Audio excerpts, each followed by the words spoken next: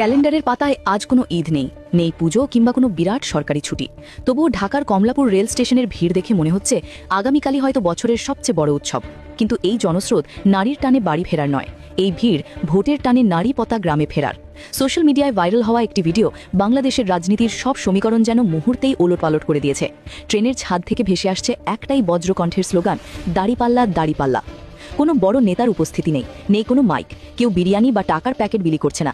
তবুও মানুষ নিজের পকেটে 500 থেকে 1000 টাকা খরচ করে জীবনের ঝুঁকি নিয়ে ট্রেনের ছাদে চড়ছে। কেন? স্রেফ একটি ভোট দেওয়ার জন্য। রাজনৈতিক বিশ্লেষকরা বলছেন, জামায়াতে ইসলামী এখন আর শুধু একটি ক্যাডার ভিত্তিক দল নয়, তারা এখন মাস পিপলস পার্টি বা গণমানুষের দলে পরিণত হয়েছে। রাজনীতিতে দুই ধরনের ভিড় হয়, একটি হলো রেন্টেড ক্রাউড বা ভাড়া করা লোক, যাদের টাকা দিয়ে সমাবেশে আনা হয়, আর অন্যটি হলো অর্গ্যানিক ক্রাউড, যারা নিজের তাগিদে আসে। কমলাপুরের এই দৃশ্যটি দ্বিতীয়টিকেই ইঙ্গিত করছে। ভিডিওটিতে দেখা যাচ্ছে শ্রমিক, ছাত্র থেকে শুরু করে সাধারণ চাকুরিজীবীরাও স্লোগান দিচ্ছে। তাদের চোখে মুখে এক অদ্ভুত জেদ।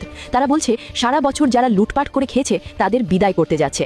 জামাত যে এতদিন ধরে তৃণমূল পর্যায়ে সমাজসেবা আর মানুষের বিপদে পাশে দাঁড়ানোর কাজ করেছে, তার প্রতিদান আজ তারা পাচ্ছে। এটি প্রমাণ করে জামাতের ভোট ব্যাংক এখন আর নির্দিষ্ট গণ্ডিতে নেই, বরং তা সাধারণ আমজনতার মাঝে ছড়িয়ে গেছে। ঢাকার এসি রুমে বসে যারা পলিটিক্যাল চার্ট বানাচ্ছেন, তারা হয়তো টেরই পাচ্ছেন না যে মাঠের খেলার লেভেল চেঞ্জ হয়ে গেছে। ট্রেনের ছাদে বসে স্লোগান দেওয়া এই মানুষগুলোই হলো আসল ওপিনিয়ন মেকার। এরা যখন গ্রামে পৌঁছবে, চায়ের দোকানে বসবে, তখন তাদের এই উদ্দীপনা পুরো গ্রামের মানুষকেই প্রভাবিত করবে। জামাতের কর্মীরা মানুষকে বোঝাতে সক্ষম হয়েছে যে এই নির্বাচন শুধু ক্ষমতার পরিবর্তন নয়, এটি দেশ ও ইনসাফ রক্ষার নির্বাচন। শহর থেকে গ্রামমুখী এই স্রোত প্রমাণ করে 12ই ফেব্রুয়ারি গ্রামের ভোট কেন্দ্রগুলোতে দাড়িপাল্লার জোয়ার নামবে। যারা ভেবেছিল জামাত মানেই নেতিবাচক কিছু, কমলাপুরের এই সাধারণ যাত্রীরা তাদের সেই ভুল ভেঙে দিয়েছে। এরা সন্ত্রাসী নয়, এরা খেটে খাওয়ার সাধারণ মানুষ, যারা পরিবর্তন চায়। ট্রেনের চাকার ছন্দে ছন্দে তারা যে স্লোগান তুলছে, তা আগামী 5 বছরের জন্য বাংলাদেশের ভাগ্য লিখে দিচ্ছে। যখন জনতা জেগে ওঠে, তখন বড় বড় দুর্গ তাসের ঘরের মতো ভেঙে পড়ে। কমলাপুরের এই দৃশ্য বলে দিচ্ছে, পাশার দান উল্টে গেছে।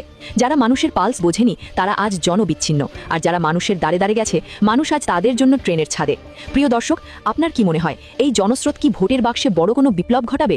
কমেন্টে জানিয়ে দিন আপনার মূল্যবান মতামত। ভিডিওটি ভালো লাগলে লাইক, কমেন্ট, শেয়ার করে পাশে থাকুন। দেখা হবে